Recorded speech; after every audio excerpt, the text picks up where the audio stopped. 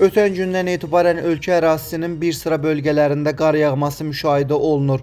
Yollarda hərəkətin təhlükəsizliyinin təmin edilməsi məqsədi ilə Azərbaycan Avtomobil Yolları Dövlət Agentliyinin Avtomobil Yollarının Mühafizəsi Xidmətinin Cənub-Qərb bölgəsi üzrə əməkdaşları səhər erkən saatlardan etibarən Respublika və yerli əhəmiyyətli avtomobil yollarında qardan təmizlənmə işlərinə başlayıblar. Hazırda yolların mühafizəsi və nəqliyyat vasitələrinin fasiləsiz hərəkətinin təmin olunması üçün gücləndirilmiş iş rejimində fəaliyyət davam etdirilir. Qeyd edək ki, Şirvan, Hacıqabul, Sabirabad, Beyləqan, Saatlı, İmişli rayonları ərazisində operativ tədbir həyata keçirilir.